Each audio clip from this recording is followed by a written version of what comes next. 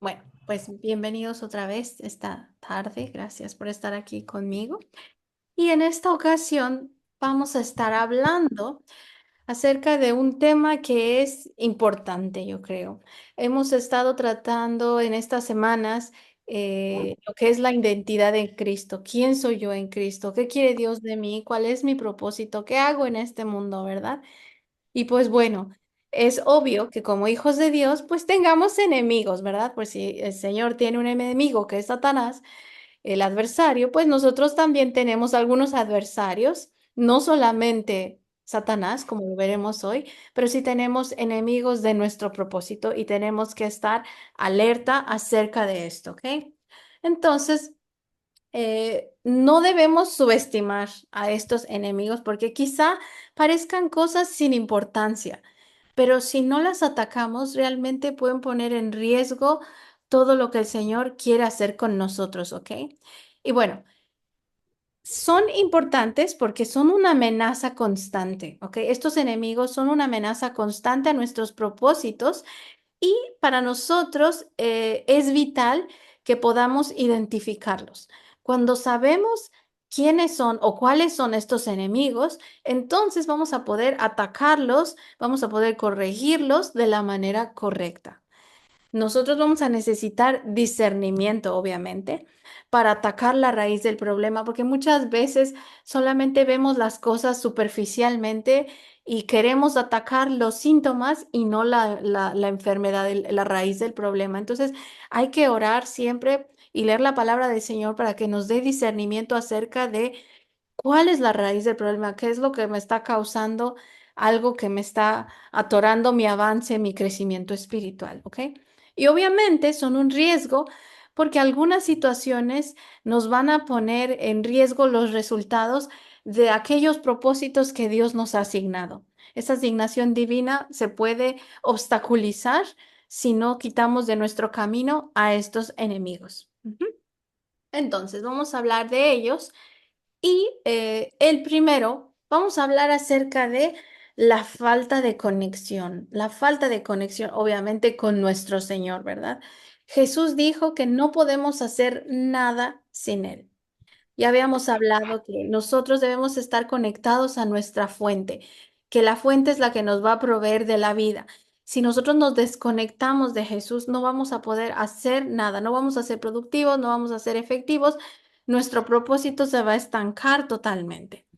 Ahora, la conexión con Dios es el tiempo de preparación, es el tiempo donde Dios nos va a hablar, nos va a decir qué es lo que espera de nosotros, qué debemos hacer.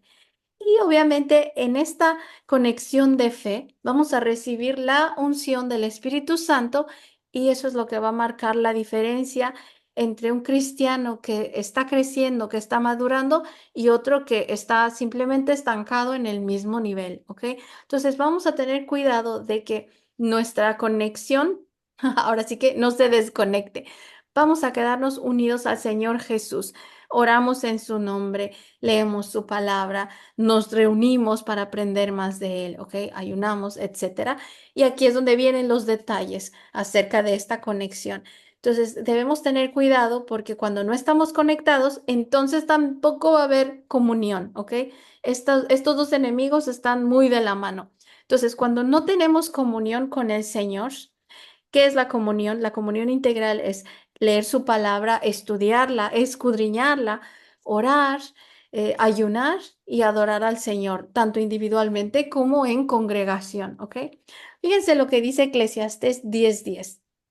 Si el hacha pierde su filo y no se vuelve a afilar, hay que golpear con más fuerza. Aquí nosotros somos como un hacha, ¿ok? Y el hacha necesita filo. ¿Cómo sacamos el filo? Con una comunión integral, ¿ok? Cuando Dios nos manda a hacer una asignación, si no tenemos filo, vamos a estar horas y horas tratando de golpear con más y más fuerza para hacer nuestro trabajo. ¿Cuántas horas, cuánto esfuerzo se necesita para cortar un árbol con un hacha que no tiene filo, ¿ok? Nos vamos a desgastar muchísimo, nos vamos a desanimar, las cosas no van a salir como queremos. En cambio, si nosotros nos afilamos haciendo esta comunión integral, El hacha va a ser tan filosa que con un solo golpe, todo lo que el Señor nos ha mandado a hacer, lo vamos a poder hacer sin ningún esfuerzo, bueno, no digamos sin esfuerzo, sino fácilmente, ¿ok? Y vamos a ver resultados. Yo creo que cuando uno ve resultados en su vida es cuando uno se anima más. Entonces, hay que afilarnos con esta comunión integral. Entonces, tengamos cuidado de que esta comunión no esté faltando en nuestra vida. ¿Qué pasa cuando nosotros tenemos comunión con el Señor? Entonces, vamos a tener más revelación. Y esto es un enemigo, la falta de revelación. Vamos a leer Hechos 20, 22, 24. Dice así la escritura. Ahora estoy obligado por el Espíritu a ir a Jerusalén. Este es Pablo quien está hablando. No sé lo que me espera allí, solo que el Espíritu Santo me dice en ciudad tras ciudad que me esperan cárcel y sufrimiento. Pero mi vida no vale nada para mí a menos que la use para terminar la tarea que me asignó el Señor Jesús. La tarea de contarles a otros la buena noticia acerca de la maravillosa gracia de Dios. Amén. Aquí se dan cuenta ustedes cómo Pablo tiene perfectamente claro cuál es su misión, cuál es la asignación divina que Dios le ha dado. Y él no toma en cuenta los obstáculos que puedan haber en su camino. Él lo que quiere hacer es cumplir esa tarea del Señor. Pero aquí me llama mucho la atención cómo Pablo sabe por medio del Espíritu Santo, es decir, el Espíritu Santo le revela a él cosas que le van a acontecer, cosas del futuro. Y es una manera de prepararlo para que sepa cómo lidiar con los problemas que va a enfrentar, ¿ok? Que no tenga miedo de lo que le va a pasar, porque de todas maneras él sabe que va a cumplir esa asignación, pero el Espíritu Santo le va a ir revelando cosas. Entre más íntima sea nuestra relación con el Señor, más revelación vamos a tener. Y esto por experiencia yo se los digo, hay cosas que el Señor me ha dicho por adelantado que van a pasar y cuando suceden digo, ay, ya me lo había dicho el Señor, como que ya mi corazón está más preparado, como que estoy más tranquila, como que, ok, Dios tiene el control de lo que está sucediendo ahorita y entonces no entro en pánico y digo, bueno, Él tiene algo que es para mi bien. Entonces, yo les sugiero que de verdad traten de poner esa dedicación a tener una comunión con el Señor, a leer su palabra. La mayoría de las veces los va a guiar por medio de su palabra. Ustedes van a encontrar una palabra cuando lean la Biblia que digan, "Ah, esto es para mí, esto me lo está hablando a mí", porque Dios sabe lo que necesitamos en cada momento. Entonces, de verdad que es como una manera supernatural en la que se vive cuando Dios nos revela cosas de esta manera. Pero solamente se va a llevar por medio de la intimidad con el Señor, ¿ok? Recuerden esto, entre más intimidad, entre más cercanía con el Señor, más revelación. Amén. Ahora, otro enemigo de nuestro propósito es la inestabilidad emocional. Y esto es bien difícil de manejar. Santiago 1:8 dice, el hombre de doble ánimo es inconstante en todos sus caminos. ¿Qué significa eso? Esto de doble ánimo, es decir, que un día está feliz y tranquilo y al otro día está enojado y al otro día está deprimido y es una persona que se deja manejar por las emociones, por los sentimientos. Eso quiere decir que no es una persona estable, no es una persona de confianza, ¿ok? Y aquí sí les tengo que decir que Satanás va a utilizar las emociones negativas para atacarnos, especialmente cuando estamos tristes, cuando estamos deprimidos, cuando estamos en estrés. Cada vez que entramos en un estado negativo, una sensación, una emoción negativa, Satanás va a utilizar esas puertas que estamos abriendo para poner pensamientos negativos en nuestra mente y así detenernos de hacer el propósito del Señor. Entonces, vamos a tener cuidado y tratar de manejar nuestras emociones. Yo sé que es muy difícil y quiero bueno, esto psicológicamente les voy a dar un tip, ¿ok? Las emociones y las actitudes, digamos, las acciones y los pensamientos están unidos unos a otros, ¿ok? Son como un engrane de reloj, que si se mueve uno, se va a mover el otro.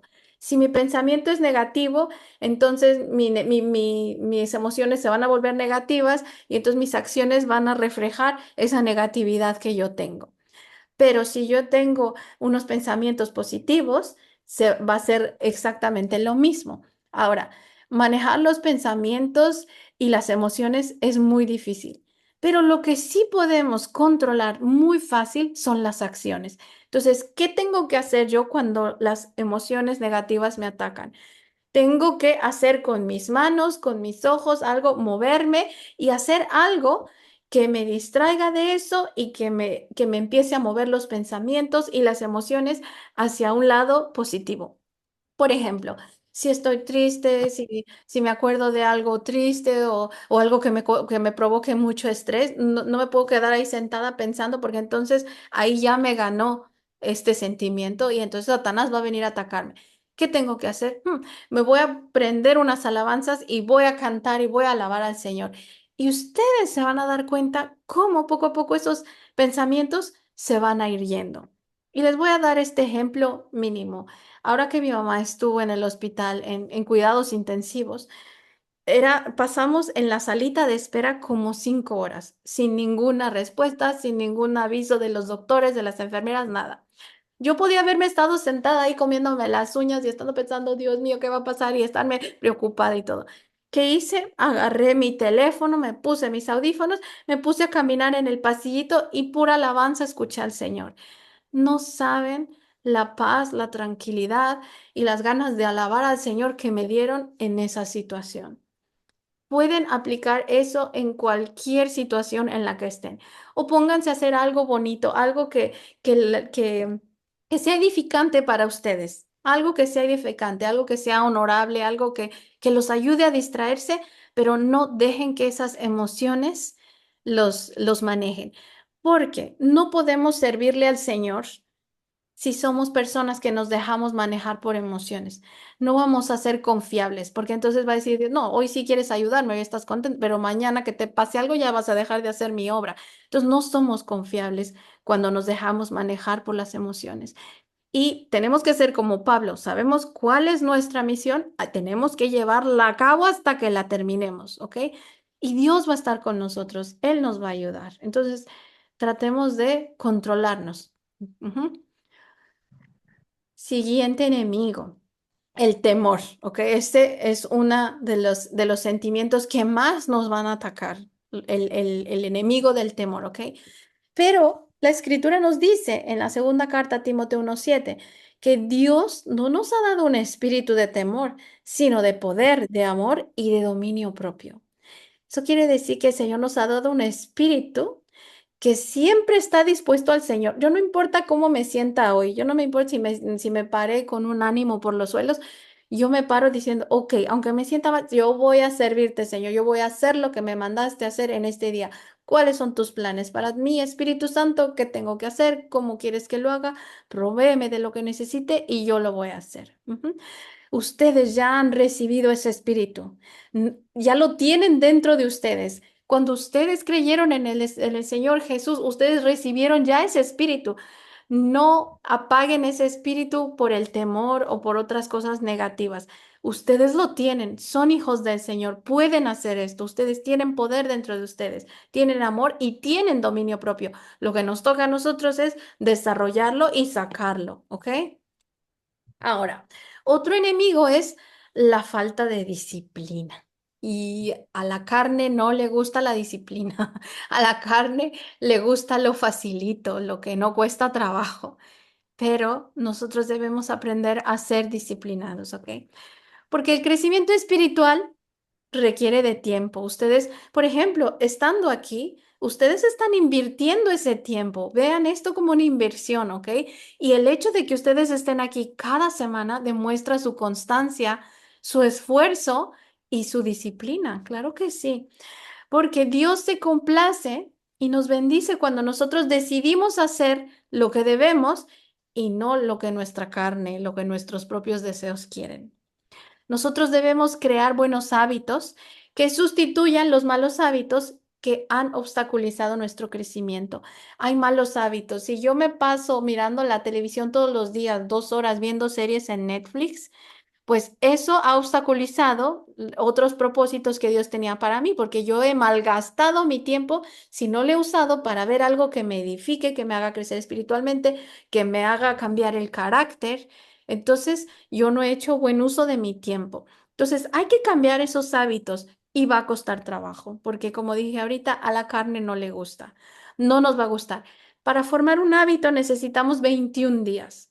Si ustedes no tienen el hábito de leer su Biblia todos los días, aunque sea un capitulito, entonces si lo hacen por 21 días, después se van a dar cuenta que, va a ser automático, ya no les va a costar trabajo. Solo cuesta trabajo al principio, pero hay que aprender a ser disciplinados con las cosas del Señor, porque eso demuestra también nuestra constancia.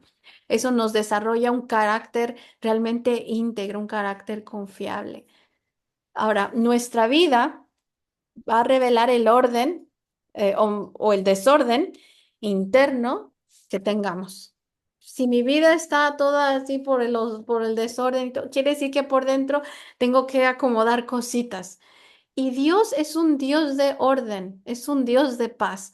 Él no es un Dios de desorden. Dice la Biblia que es un orden de paz. Eso quiere decir que cuando nosotros tratamos de poner nuestra vida en orden, nuestras prioridades en orden, cómo manejamos el tiempo que el Señor nos da, los recursos, todo lo que tenemos, entonces quiere decir que el Señor nos va a dar paz, nos va a bendecir con su paz también.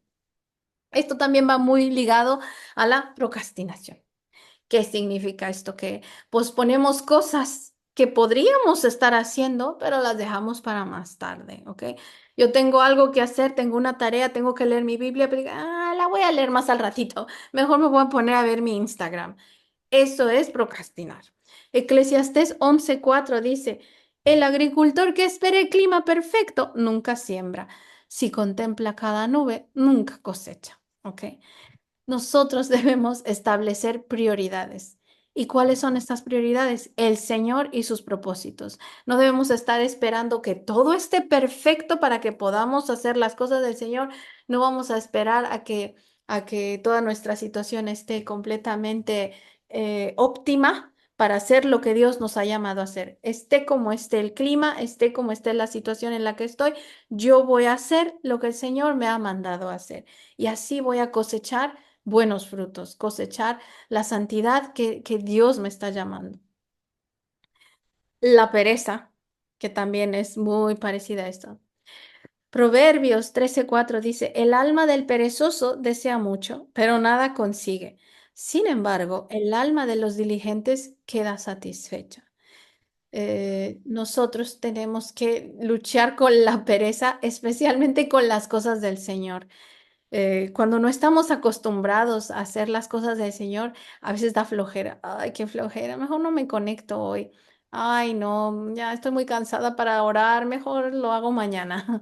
Entonces hay que tener cuidado. El uso de nuestro tiempo es clave porque es el recurso más valioso que tenemos.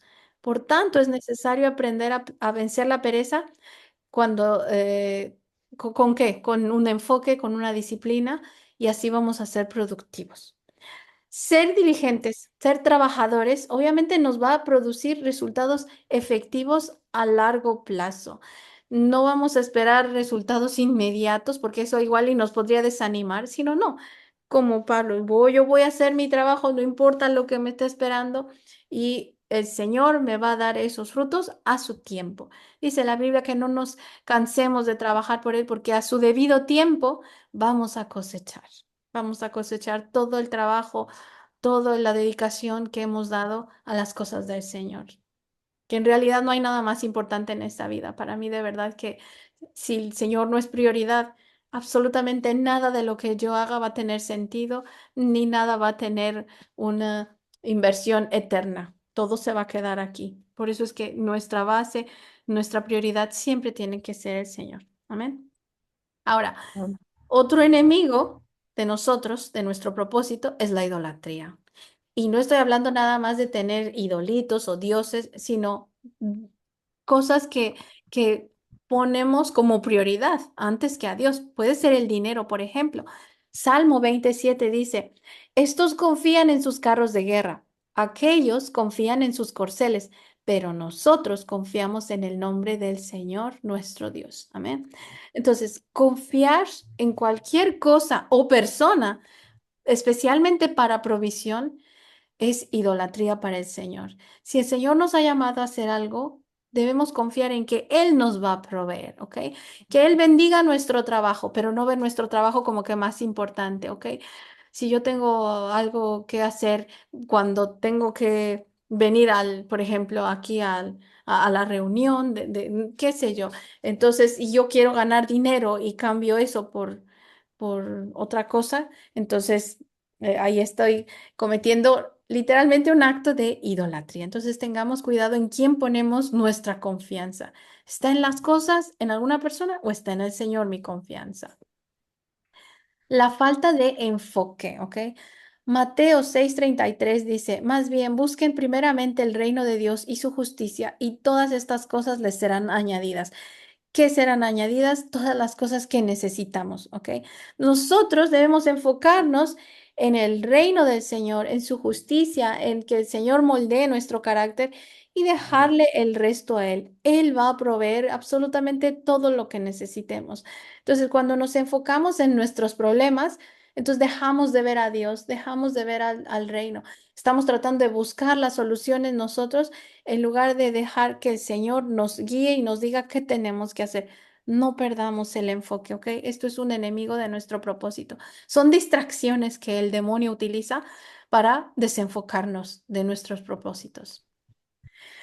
También podemos tener un enemigo que es la autoeliminación. Ay, no soy lo buena suficiente, ay, yo no puedo, es que me cuesta mucho trabajo. No, no debemos autolimitarnos. Dice Filipenses 4:12-13.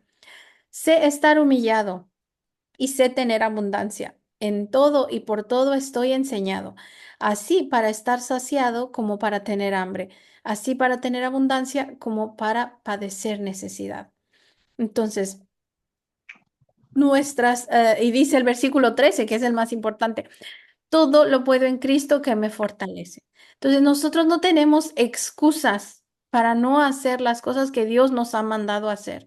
Nuestras situaciones no deben ser una excusa para no hacer lo que Dios nos ha llamado a hacer y siempre debemos estar dispuestos a servir, siempre tratando de servir al Señor.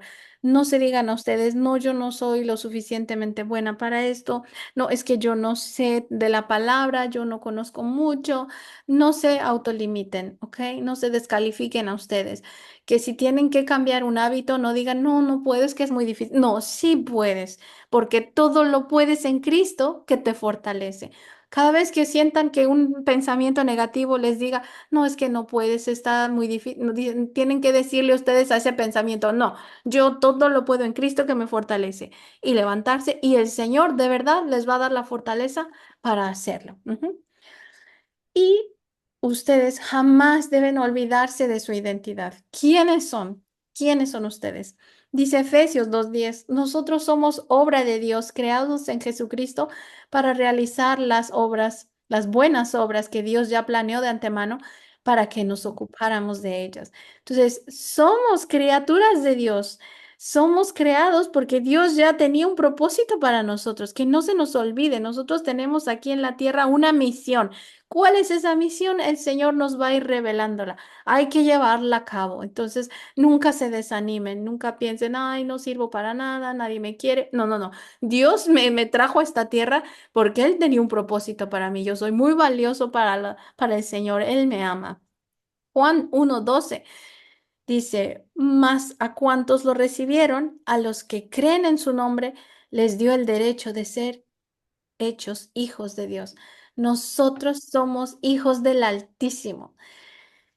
Ustedes son hijos del Rey del universo, de la persona más importante de todo el universo. Ustedes son como príncipes y princesas. Que nunca nadie los haga sentir menospreciados. Si el mundo no nos quiere, es porque no quiere a Jesús, ¿ok? Si quisieran a Jesús, nos querrían a nosotros. O si nosotros perteneciéramos al mundo, nos querrían a nosotros. Por eso es que tantas personas no nos entienden, porque somos hijos del Altísimo. Entonces, siempre debemos recordar quiénes somos. tenemos todo a nuestra disposición, todo lo que necesitamos para llevar a cabo esa misión, por muy imposible que parezca, el Señor nos la ha dado porque Él sabe que podemos y Él nos va a respaldar y Él nos va a dar todo lo que necesitemos para completar nuestro propósito mientras estemos aquí en la tierra. Ujú. Y bueno, para terminar, siempre debemos vivir con una mentalidad de servicio al Señor y a nuestro prójimo. Si no cumplimos con nuestra asignación, entonces Cristo va a intervenir para hacernos productivos. ¿Recuerdan la parábola de la higuera estéril?